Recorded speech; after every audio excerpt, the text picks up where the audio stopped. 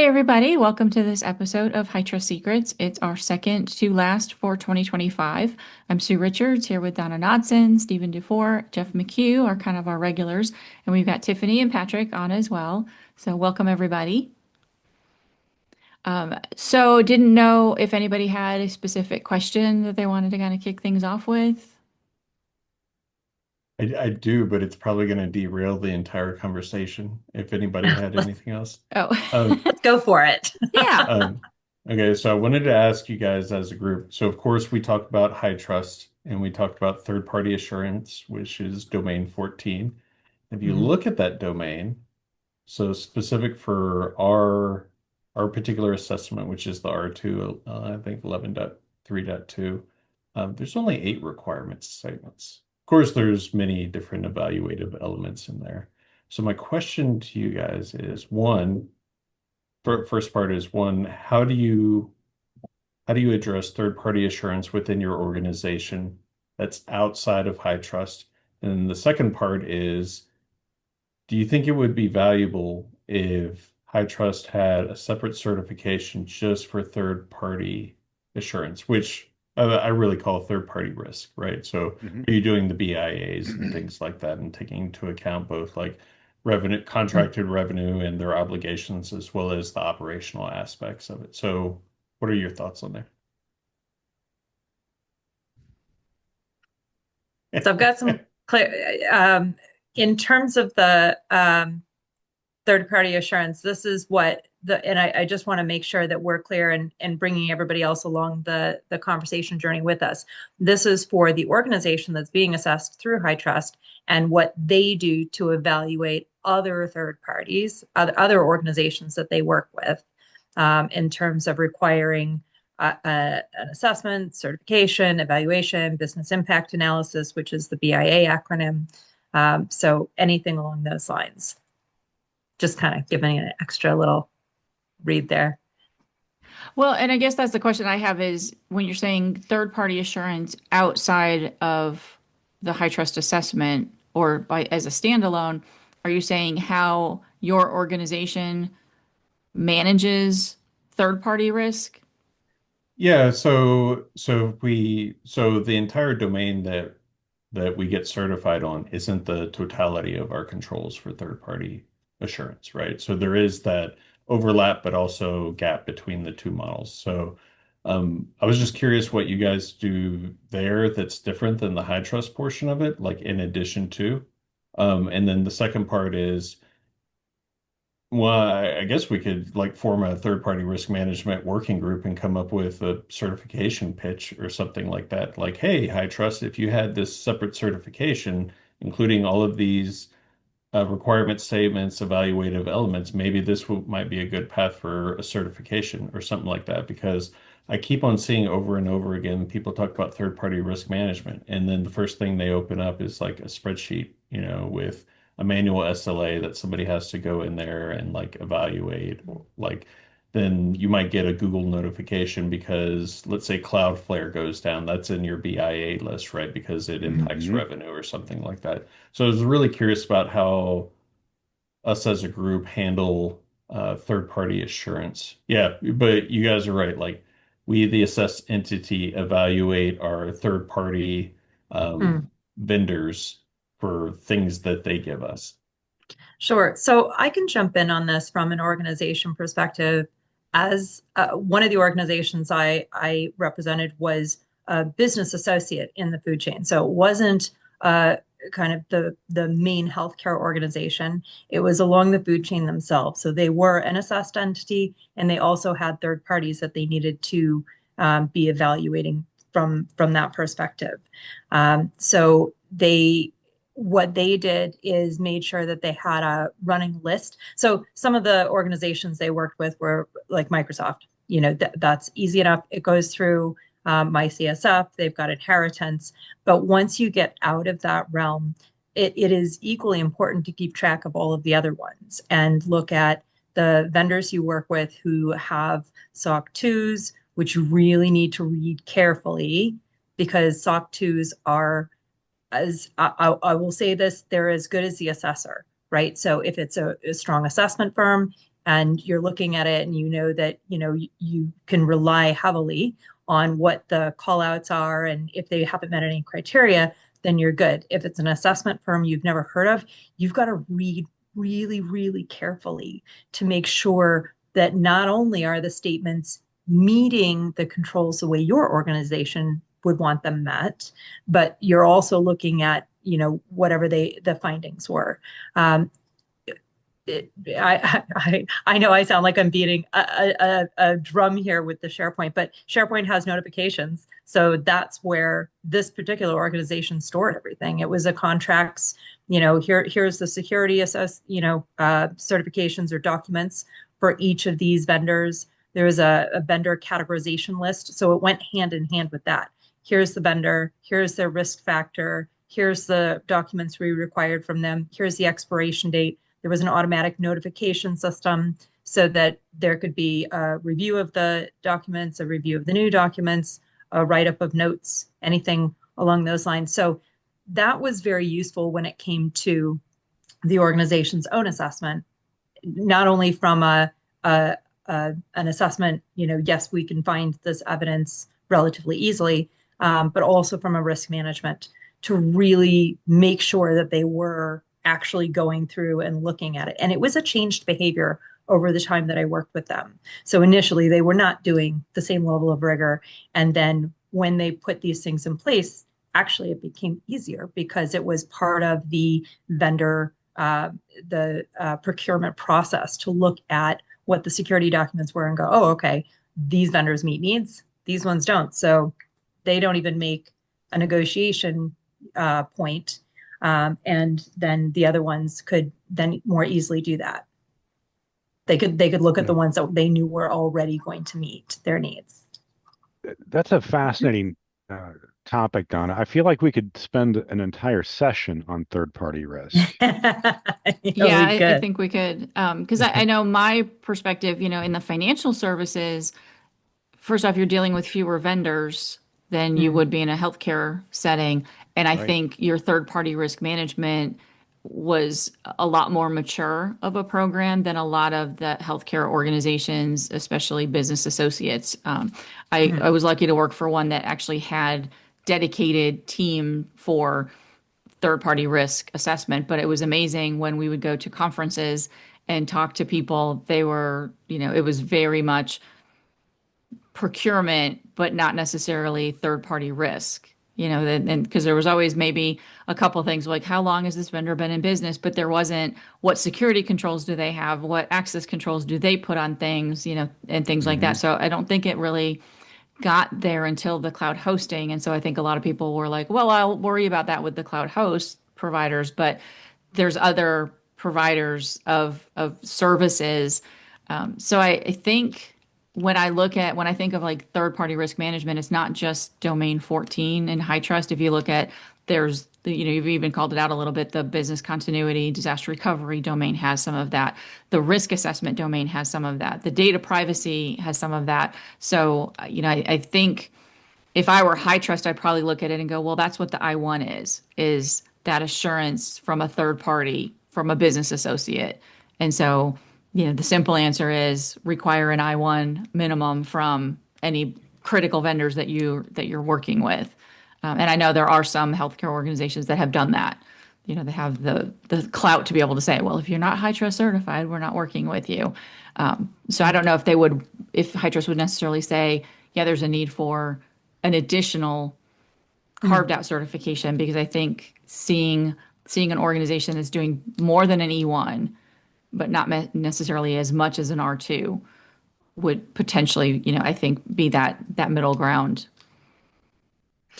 You can also look at what control. So I've also used HITRUST or other certifications in context for vendors that weren't necessarily delivering software to us.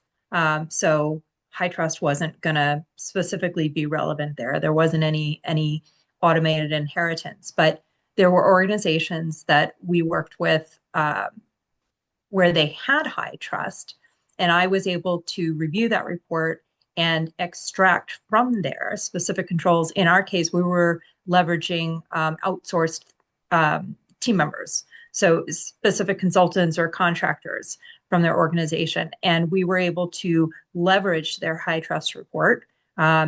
HITRUST isn't the only only framework that uses things like background checks for employees and training and that sort of thing.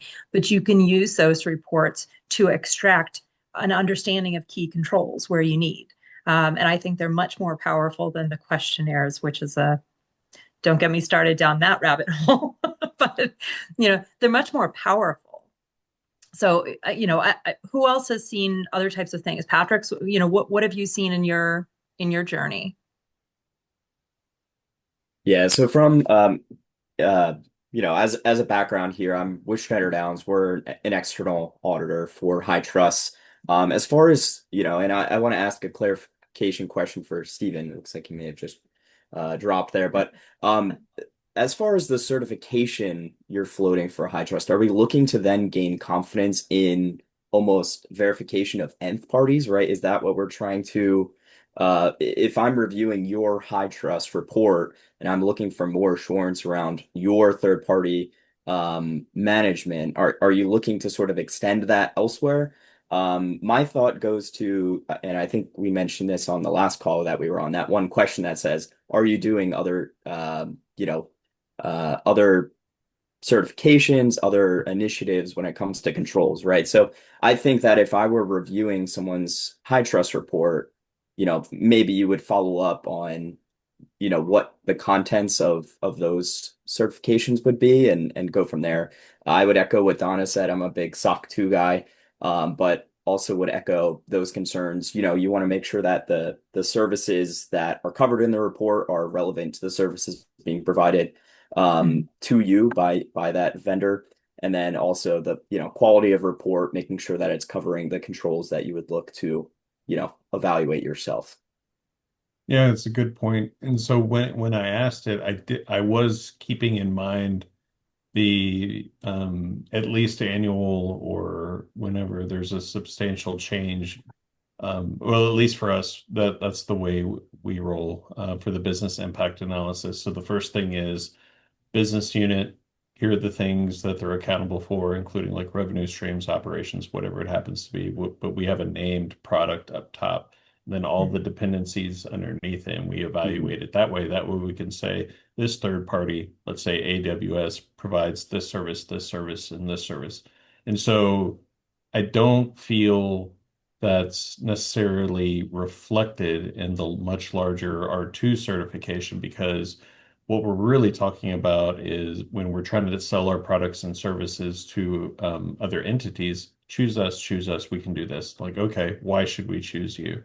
So the value of High Trust and also many other certifications or similar artifacts, this is why you can trust us, right? I think whenever, because so many people are talking about third-party risk management, we saw a Cloudflare outage, AWS outage the other day, and this entire interconnected weave of how, I don't like the term vulnerability, but like vulnerable we are to one thing. So when I think about it that way, where yes, we're certified, and at the same time, I think there might be some kind of opportunity to present some type of due diligence or something to our clients to say, this product you're buying, we have done all of these things to make sure that we can meet SLAs, standards, and that you can trust us. So I think there might be an opportunity, because in our certifications, I've read our huge report, it's like 300 plus pages, and I'm like, oh, this is fantastic. And yet there's room for like line items, right? For that assurance portion of it, where I had one external assessor for somebody who wanted to sign up for services with us. He knew how Chai Trust works, and he was like, well, you get to choose your own scope. You get to choose your own assessments, and also you have inheritance and all this other stuff. So like, how do we know? And I answered his questions, and we did some screen sharing to show how things worked, and they ended up signing the contract. And at the same time, there's still that gap, right? Like, are you really doing everything you quote should be doing? Yeah. Mm. And so how do you demonstrate that as it relates to third parties? What is it that you tell them, Stephen? I tell them our process, and if it doesn't get too far into the details where we're divulging too much, right? Where it would Yeah, be inappropriate, such as conversations on the back end, line items yeah, of contract or anything like that. Because right, right. I can honestly tell our potential clients we do review our third parties at least annually or when there's a substantial change. So, for example, Microsoft Azure is our cloud environment. We have a very specific change management process where if, for example, an engineer, this really happened, an engineer wants to introduce OpenAI as one of our dependencies for a revenue stream, we have a whole list of due diligence that we have to perform, right? So like first thing, and I keep saying this over and over again, business requirements, right? Like what are they? And then the second portion of it, like specifically for OpenAI and their models, that's data going in and data coming out. So like how do you classify it? You just go down the list, right? And then What about just do small? hmm? What about small third parties? What if you wanted to bring? Forget that Susan is a consultant per se, but she's a small shop and she wants to work with you as a third party. How do you ensure that she's safe? At asking questions.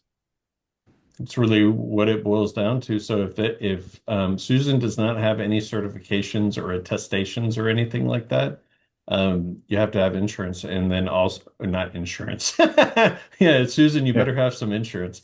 Um, yeah, you have to have verification. I guess insurance would be one of them, right? Show me your yeah, business insurance, and then also contractual obligations, right? yeah. So if Right. I were Yeah, to put it hire in the Susan, contract.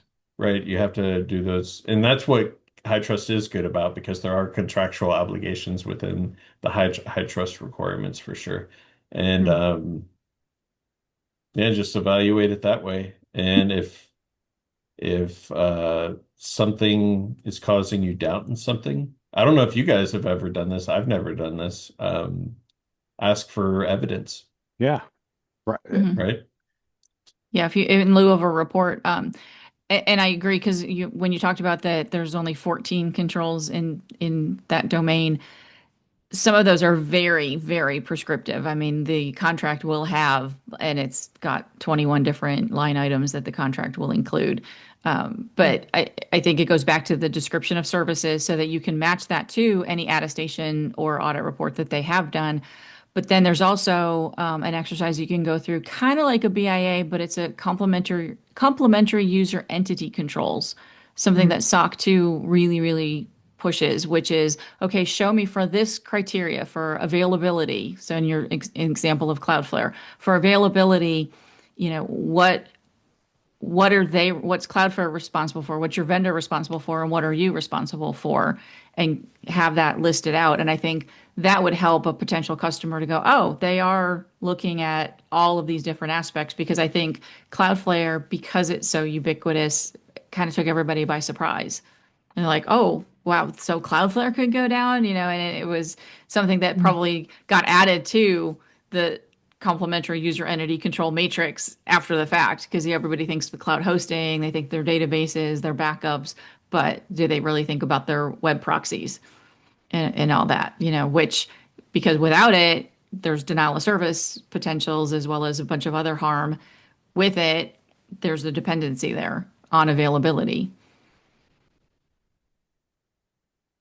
Yeah, that's fair. It's not only what is their third part, what are you doing to validate your third party, but are you doing what you need to do to make sure that the third party can serve you appropriately? Yeah, that's a Yeah. good point. Hmm.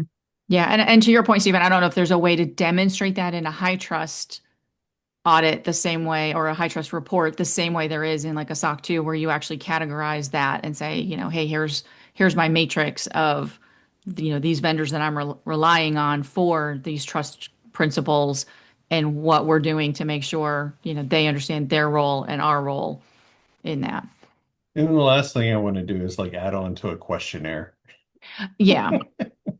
Or even have a questionnaire. I mean, it's like, Right. can you build the assurance into your contractual language and then have a verification afterwards? Always have that right to audit in there so that if you do start hearing something in the news or rumors or something like that, that you can say, you know what, not necessarily getting the full answer here. I'd like to go in and kind of dig a little deeper, which is, Hmm. what a lot of auditors will do. They kind of, if you answer the questions correctly, you can usually breeze through an audit. As soon as you hesitate on something or they get a little suspicion, that's when they dig in and really start going. So to be able to do that, because you can't, unless you had a 100-person third-party risk management program, there's no way you're going to be able to fully vet every client or every vendor that you've got.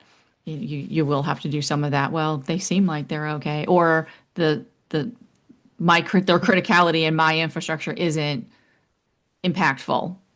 Hmm. Yeah. And this is where the proactive evaluation of vendors during the procurement process and making sure that that continues on at least an annual basis is really important. And it's beneficial if you're doing this up front and you have not only that somebody has ticked a box and said, yes, I've reviewed the SOC report, but an evaluation notes, like an actual write up of these are the services that this vendor is providing, and these controls I've seen listed on the SOC 2 report in these sections, or whatever. It doesn't have to be incredibly detailed, but detailed enough so that anybody who sits down at those notes has a level of confidence that this was done, time stamped, PDF or email or whatever. It depends on, how big your organization is as to the level of circumstance. But if you have that in a time date stamped situation, then you will not only have easily all the evidence you need for an assessment, but you will also have that confidence that you are actually doing the risk mitigation and management that you should be with all of your third parties.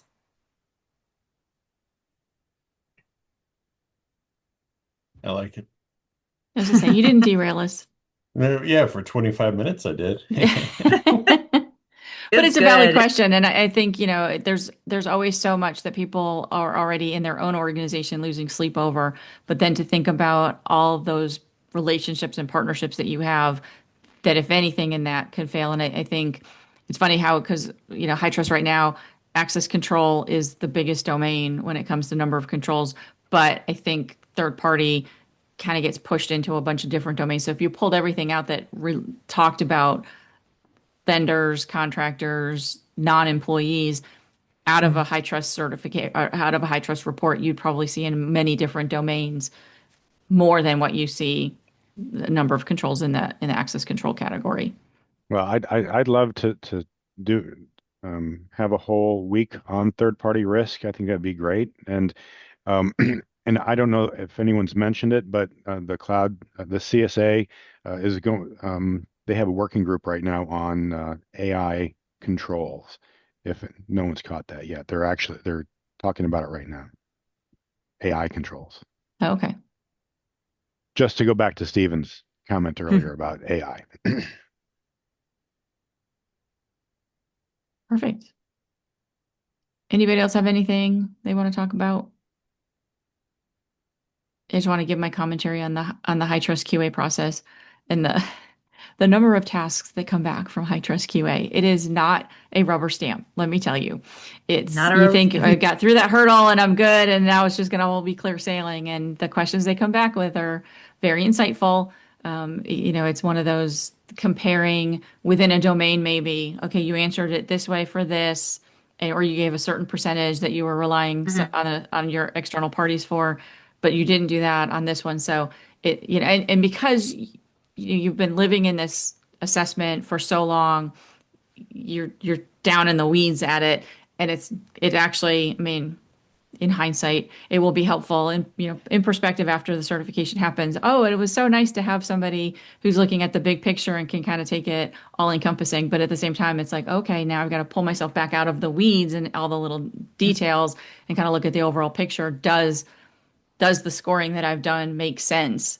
And high trust is definitely asking those questions and going through it. So don't be daunted and intimidated if you do get QA tasks, because even checking into QA, you can have tasks, but then once the QA starts, the questions that they have, the tasks they assign to you can be a little bit more involved and detailed. But scoping Mhm. questions, facility questions, all of that is fair game through that QA process. And it is not, like you said, it's not just sail through it and you're done. It's they're stopping and they're actually adding value to the QA process.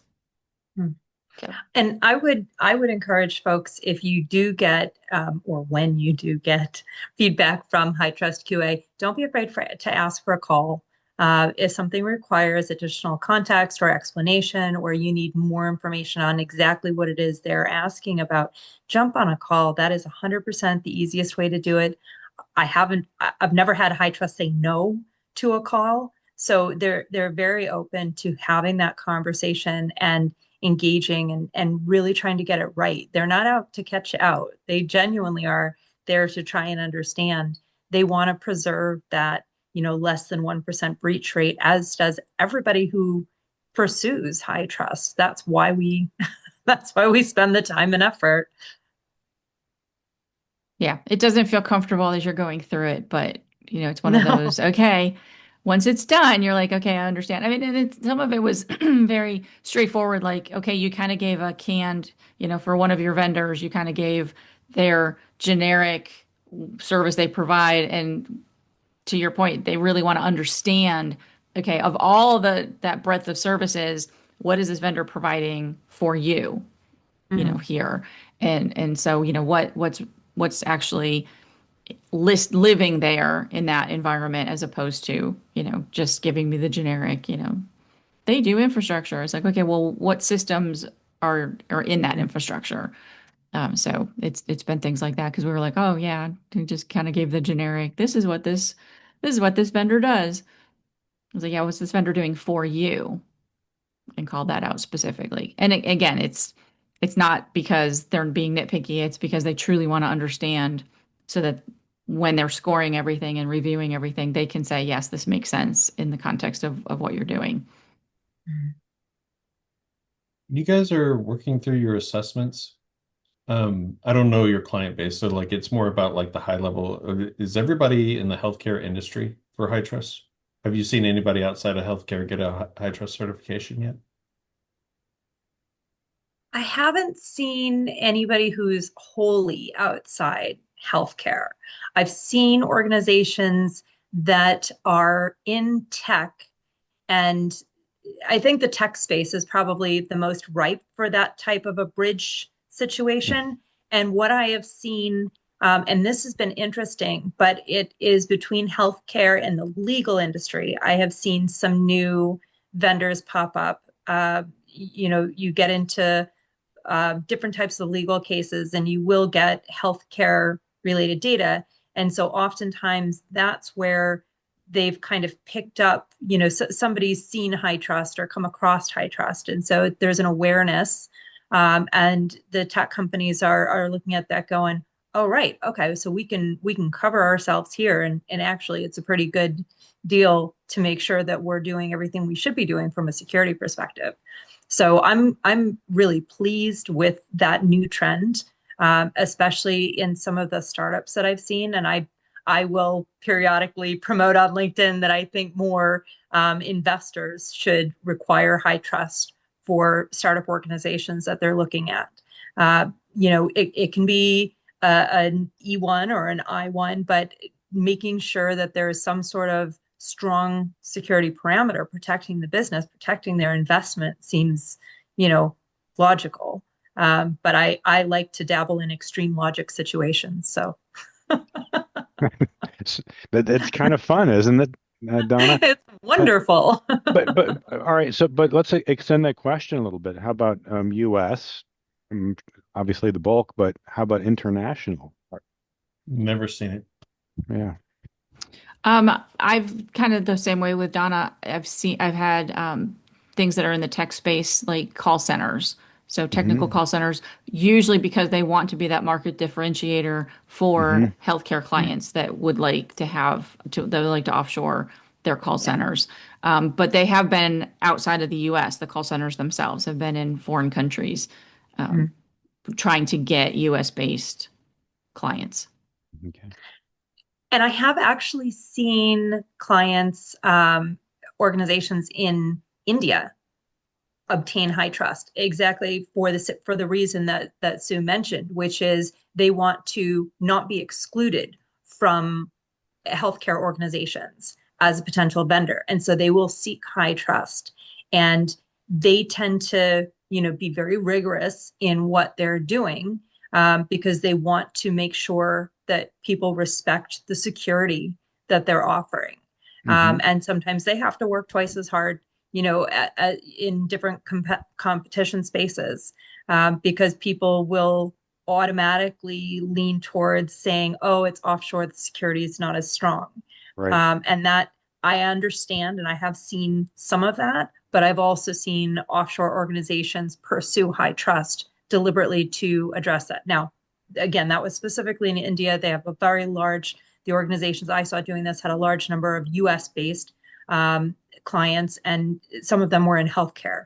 So that was obviously a starting point, that might have compelled them to pursue high trust. Whereas if they weren't trying to attract healthcare clients, maybe they wouldn't have.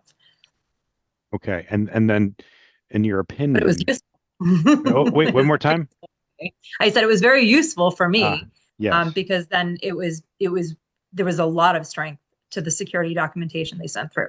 Good. So, but in your opinion, is an E1 enough or should it be more?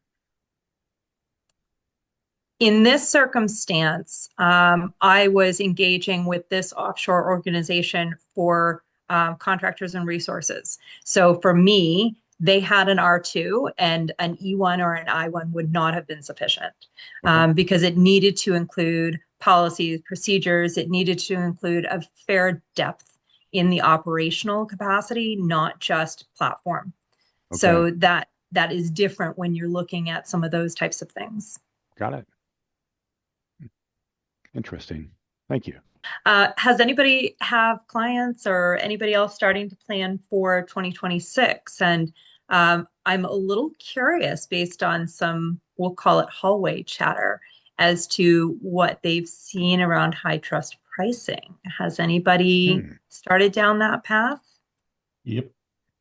So we did get a price increase. I won't say the percentage because ours might be lower than other people's. So um, it was an increase. Had a good meeting with people involved, explaining why and also their packaging that they're now delivering. Um, for this price, now you get all of these things, and there is a value add for some Okay. organizations by doing it that way. So Hmm. on Friday, we're creating our 2026 R2 validated assessment object so we can see all the differences and changes, right, between assessment one and assessment two, and Mhm. plan the next 8 months. That's what we're going to be doing. We're going to grab all those WIDs and start going requirement by requirement, looking at the differences, and then coming up with plans. Hmm. So that happens on Friday. The analysis, I think we can get it done by the end of the year. And then January will be the actual planning for the implementation of both new controls as well as the modifications for the existing ones. It's good. Now, It's gonna be interesting. Stephen, are you using assessment objects in order to run a gap analysis? Yep. Okay, so it's you're not manually going control by control to establish the deviation. Yep. Okay, I was just curious, making sure that the opportunity for high trust to do it is understood. Those are things that I used to do, before they had, the new. This is that makes me sound very old. Before they had the gap analysis and the automation around it. But yeah, there it was the newer reporting can be very useful for planning. And I encourage people to do it early. Do it Oh yeah. early. Your teams know exactly what they need to do. Do not wait until 3 or 4 months before your assessment to do this. That is a terrible idea. Next time you talk about like previous my CSF capabilities, just start off the sentence with back in my day, we had to do everything manually. You're That's so lucky right. with your reports and Uh, your automation. Uphill. yeah, yeah. It's come a long ways. It still has a ways to go. but Well, I we're remember getting when we didn't have a color chart for the scoring, so there. that was a little simpler back in that day too. They Uh, came out with the And that's good color-coded information chart. to, yeah, good information to share because we're approaching renewal. So I'm interested to see what our new pricing will be. We've been with High Trust for a number of years, so hopefully we'll get good pricing as well. Yeah, I yeah, guess the it'll way they described it is a repackaging and kind of repricing model. So that could have been Stephen White, what we gave you new stuff. Yeah, and I'm a very blunt person. So my response to the person who sent me the quote, sorry if you're watching, was very like, we don't use that. We don't use that. We will never use that. And he just kind of took it and he was like, okay, it's true. And at the same time, there's all this value added that You're like, I let's don't have need it. pinstripes on my car. Thank you. Right, right, exactly. He did extremely well. So, High Trust representative, you're very patient, and I appreciate you. Is it 2 year or one? I just still offering two. Okay. Yeah, I think that was the general recommendation. Before the end of the year, talk to your representative to lock in that Mhm. pricing before it's too late. All right, So so there is a window for anybody who might see this that they can potentially lock in 2025 pricing if they act quickly. It never hurts to put Never that hurts to offer. check. Yeah, put that offer out there. Like just email your High Trust representative and say, That's what hey, I heard your I'm pricing gonna might tell Ryan increase. I should start getting commission. Yes. Drop me Act my now. email now. Yeah. Never hurts to have that conversation. Yeah, no, that's good. So, just out of curiosity, from anybody who's explored a bit, are we seeing my CSF packaged with assessments? Is it bundled more because it has been? There's like an interim or whatever your mid assessment is has been often included in my CSF, but the actual major assessments like R2s have not been packaged together with my CSF. Um, There's one difference I can call out was we just completed assessment this year. In times past, the NIST certification was included and it wasn't. It was actually an add-on now. really? right, Mhm. it is an add-on or it's included now. Sorry, Tiffany. It used to be included and now it's an add-on. Okay. Hmm. Is it one of their insight reports they were talking It, about? Because you it can was buy the like NIST insight report certification. credits. It might, well, yeah, it's an inside report credit now, which is an Okay. additional cost. Yeah. And they quoted the price. I said, no, thank you. Yeah, exactly. Yeah. Because I did see that the validated assessment object for R2 is now included in that subscription price. Mhm. Because that's always been kind of a blocker sometimes where you're like, okay, got to go get a QA credit, so that you can actually make Well, your QA date. And now I think that'll be gone. so that's Yeah, not it an was an additional. administrative frustration. Yes. Yes. Yeah. Yeah. And it's more budgetary than anything else, right? So if you're a company that has, let's say, a 14-month procurement cycle, and then budget items have to be reviewed, 30 days prior to finalization, like this is sticker shock, right? It's like, Mm. hey, here's this potentially huge price increase. So yeah, have the conversations now. That way, whoever your budgetary deciders are, um, won't be too mad at you. Yes, and especially for those folks who have client contracts that specifically rely on high trust, you want to check this stuff out early because you won't necessarily have a lot of wiggle room on whether you do high trust. So funding it is going to be a little bit more of a push. Yeah, and that was always the thing because you'd gone through the whole subscription thing. You're in the process, then all of a sudden you're like, oh, now I need another couple $100 to continue the process. And so it's nice, and they were always like, okay, you're spending thousands on the subscription and you need a couple hundred for the report. I'm like, yeah, sorry. Yeah, we experienced that a few years back when they introduced the report credit. Luckily, we do renew on our interim cycle, so we can purchase ahead of time and have that in place. And so, a couple years ago, we were introduced the 2-year subscription, and the report credit was included. But yeah, I think I do need to get started on pricing conversations, considering there will be an increase. I'm sure that our team will probably look at that and say, what did we spend in the times past? So I need to Yeah. gear up on those conversations now.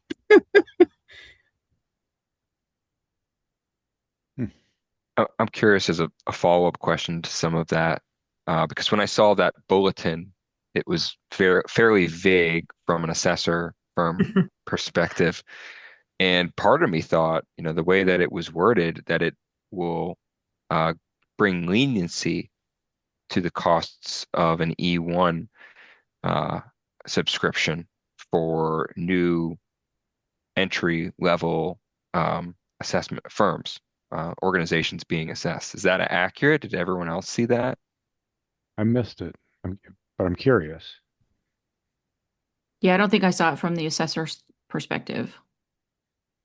I just saw the information from the assessed entity perspective. Yeah. Interesting. But guess who we have next week? So we can ask Yeah. about.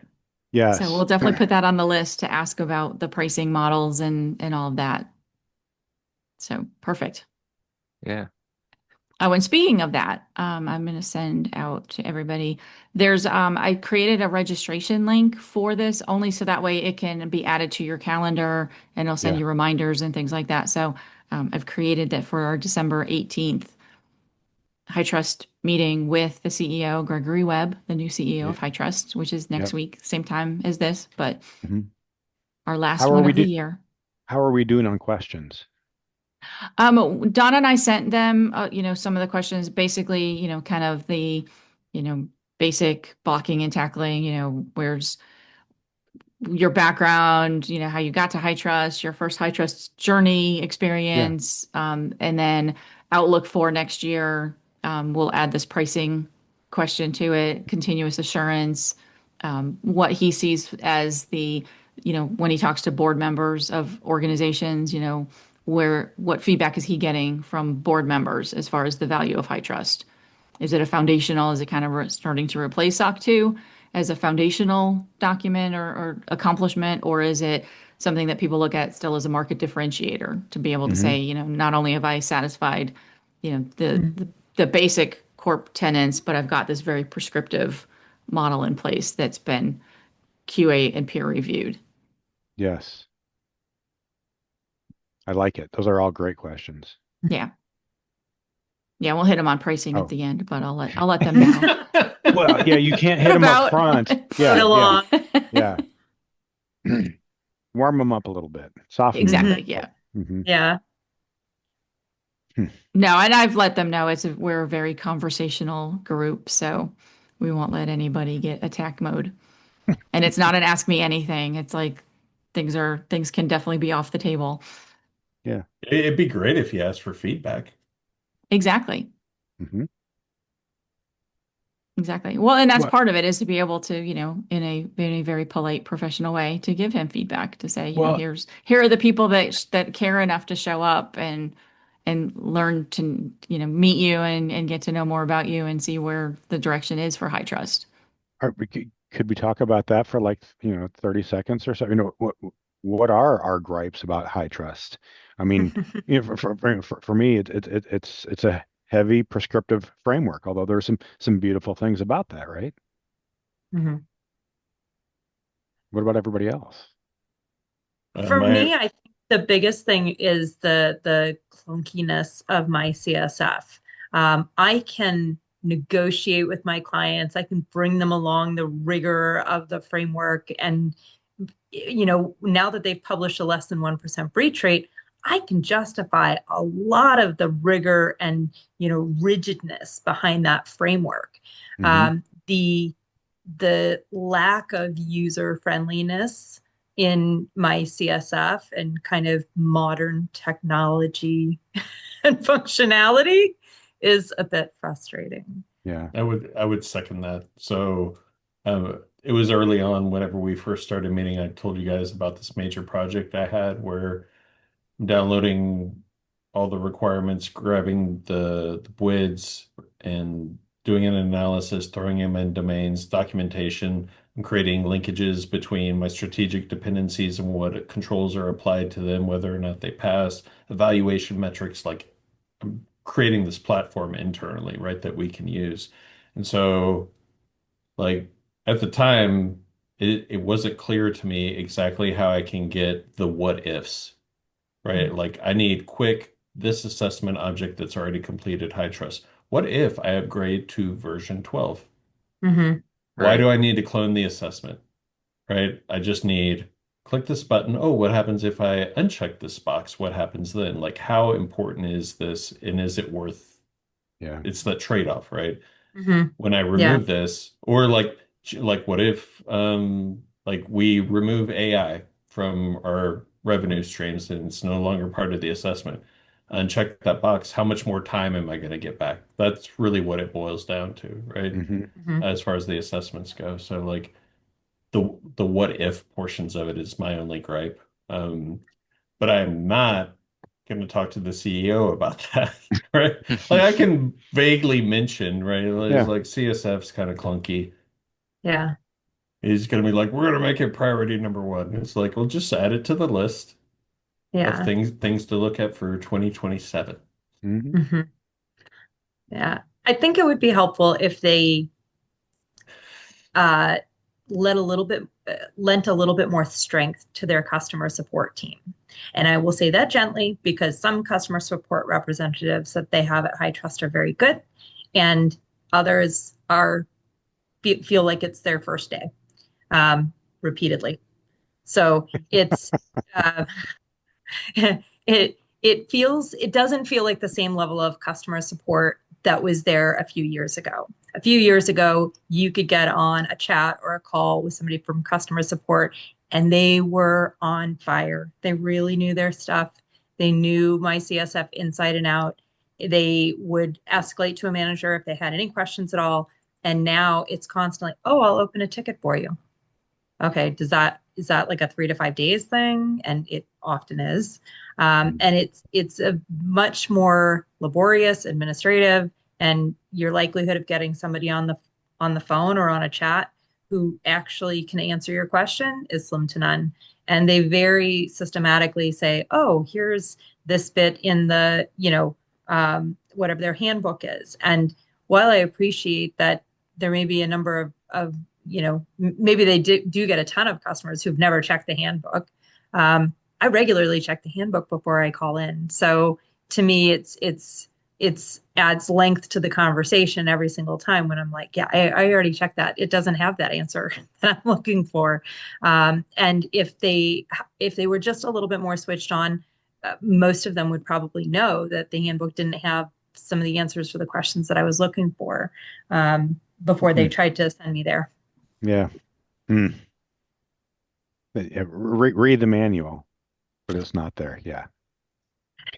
Uh, you know, I'm almost reluctant to bring it back up because we talked about it for half an hour. But one of my other concerns, I guess, is that is high trust isn't made for the smallest guys, right? And maybe it shouldn't be, but that's how we got the conversation started with third party risk.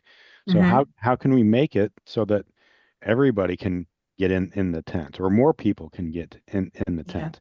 And then once they're in the tent, because the difference between an E1 and an I1 is fairly significant, right? Mhm. Anyway. Well, and that kind of goes Uh, into one of my gripes is that there's no, kind of try it before you buy it type thing. So if they Yeah. had like an E1, which obviously you wouldn't get a report, but you could at least see how close am I to being assessed, in my own opinion. And it doesn't Yeah. have the third party person, it doesn't have high trust QA, but at least I can see, just How do even I a kind how of do the I stack way, rank? Yeah. yeah, like where CIS benchmarks, there's ways to go in there online and just kind of score yourself. And Okay. to me, you're not giving away everything when you're just looking at the Right. E1 44 controls, but you get a taste of what high trust would be. And maybe it's like a sponsorship opportunity, Oh. where you've got a company like Stevens who's like, hey, I really want to work with Susan's company or Donna's company, and Right. they're too small almost to do high trust, but I can pull them in to my, and I can be that sponsoring organization, and I can kind of have them, Yeah. here are the things from third party risk that I care about. And Yeah. so it wouldn't be standalone. I wouldn't be able to turn around and, tout it to other people, but I could at least prove to Steven's organization that I am serious about it, and that I do have those I like that. credentials. I like that idea, Susan. I think it's a good one. Well, cool. What if E1 uh, E1 parentheses startups, Yeah. where the pricing was for a startup with under $1 million revenue I or thought they something had like done that. that a couple years ago, and then I haven't seen that pricing again. I thought there was like a Hmm. kind of a startup, first couple years in business, and it was Mhm. very affordable, but I haven't seen that pricing available, Hmm. that licensing available again. That'd be great. I mean, that might be something non-controversial to add. Yeah, Just because that would again be another market differentiator, right? You get two Right. levels of assurance for a startup to be able to present high trust, and then people who aren't in healthcare. That's kind of why I asked the question earlier. It's like, what is high trust, right? Then they get educated, they get to see all the controls and their Right. status, and like, yeah, let's confront them about it. Yeah. I Susan do ask it. wonder. Susan Go asked it ahead, in a Jeff. nice way. I was just going to say, ask it in a smart way for us, Susan. Thank you. yeah, Yeah, absolutely. I do wonder if that like pricing approachability, we'll say, is sort of what they're trying to bake in with the dynamic pricing, but they're not quite going that far to say that. Hmm. Who knows? Yeah. Yeah, I Well, know. I, I Donna and I, that's actually why this Yeah. started. That's why this entire High Trust Secrets started, was because both Donna and I were frustrated trying to be advisory capacity for high trust potential customers, and we couldn't get anywhere as far as a program that was fit for us. yeah, So that's HITRUST kind doesn't of have a certification program that Susan or I could sign up for right. because there's a minimum number of Two people people, yeah. two people, and like We're- $30,000 or something. And I was like, Yes. and the hope I But get a customer. Yeah, right. It's frustrating because then we're competing against people who, may say they have high trust. And I've seen clients hire people who are like, oh, yes, I have lots of experience with high trust. But actually, once you talk to them, they've come from the technical side of it. They've implemented a few controls. They've never seen my CSF. They have no idea about the breadth or scope of an actual high trust assessment or what it means to navigate the wilds of collecting all that evidence and being able to have informed conversations to justify positioning on why this evidence is relevant here or why it's not relevant there. And that leaves clients at a disadvantage because then, other than word of mouth, how are they to really understand which consultants genuinely know high trust from like my niche is even a little bit different than Susan's in terms of helping clients and actually shepherding through an assessment client side. And I don't, I know we have some assessors on the line here. I don't want to get an assessor license because I don't want any of the assessors I work with to be ever concerned that I'm going to compete for that spot with clients. I'm not. I don't want to be an assessor. I like being able to sit in-house with clients and answer different questions and lend my expertise in a different capacity than on an assessment scale. So that's yeah. The biggest compliment I get with what I do is not just from the client saying you made the process easier, but also from the third party assessor to go, oh my yeah, gosh, yes, yes. this was so laid out so nicely that I'm good and I have no questions. Hmm. Yeah, my mind goes to there's like the CTPRA, CTPRP practitioner versus assessor. They almost need a high trust practitioner Mm-hmm. rather than, just strictly, 5 members of an organization. for the Right. And API. we did a similar one when I was embedded with at Change Healthcare. We actually did what we called an internal assessor designation, but it still was, I think we had to have 3 people who had the certified practitioner, as well as HITRUST came in and looked to make sure that we were independent of any of the systems that we would be assessing. And at that point, but that was even a little bit more where we could, pick samples out of population lists and things like that, and kind of take away some of that assessor work, as opposed to what Donna and I, do in our separate areas, which is kind of be that advocate for the assessed entity. Mhm. And as Donna says, a Sherpa. Mhm. Susan, you made me think of one more thing to add to Donna's original question about some of the, or maybe it was Jeff, biggest gripes. I mean, you guys hit on all the main ones regarding lack of transparency and MyCSF. Definitely second those. But the fact that going on year like 10 or 11 of working with HITRUST certs, and I have to take my full retest of my CCSFP for my third or fourth time is wild, right? I mean, are there any other certifications where you have to completely retake the full examination? And it's open book, so it's not like there's any huge risk to failing it. There's just higher fees associated with the full test. And the Then time, because you have to do that whole course. it's a whole week, 10 to 12 hours, 10 to 15 hours when you add in the test. I mean, that's a ton of time. Yeah. Big opportunity costs. So All right. Well, this is recorded. We'll definitely share this, and I've shared we'll. that with them already too, Yeah. so they No, know. I mean, yeah, yeah. If there's They'll hear, anything they'll hear it again. you don't want to share, just let me know, and I'll leave it out of the recording. But I think we're all good about that. So, but yeah. So come back next week for our final 2025 HITRUST Secrets with Gregory Webb. Excellent. Fireside chat. Yeah. Thanks, everybody. Thanks. Excellent. Thanks. Bye. Thanks. you. Have a great day. All right. Bye. Bye. Hey, thanks for watching. We really appreciate it. If you got value from this episode, hit the subscribe button so you don't miss the next HITRUST Secrets. We go live every Thursday at 2 p.m. Central and dig into real-world compliance and security topics. And each session gets uploaded right here after the live show. So whether you're catching us live or on your own time, make sure you're subscribed. We'd love to have you along on your HITRUST journey.